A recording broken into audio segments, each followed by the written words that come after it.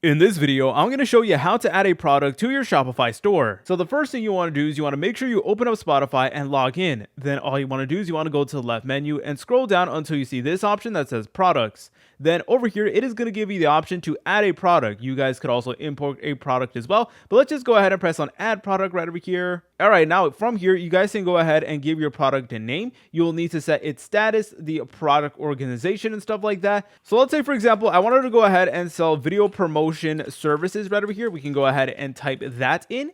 And then you guys want to go ahead and type in a description for your product. So make sure you write it good. And you guys could also use this AI tool over here in order to generate it as well. So check this out. You can write a couple of keywords and then you're able to go ahead and copy and paste the description. Obviously, you can go ahead and write it out by hand yourself as well. There's also like a bold tool, italics, etc. A bunch of good stuff. You can even insert a video or an image if you want. And now you need to go ahead and put in a media. So it accepts images, videos, or even 3D models. So there's a lot of great options over here. So let me go ahead and just upload an image really quickly. Okay, so here's my image right over here, and then you guys can go ahead and select on the category as well. And typically it is going to automatically do it for you, but you guys can go ahead and select it over here. And now it is the pricing. So you guys can go ahead and set whatever price you feel necessary. And then from here, you guys can input your cost per item and the profit, and then it is going to give you your margin over here. And obviously you guys could track the quantity as well. And then you guys could also select on this option where it says shop location. So you could select on continue selling when out of stock. And if you have a physical product, this is where you would handle shipping.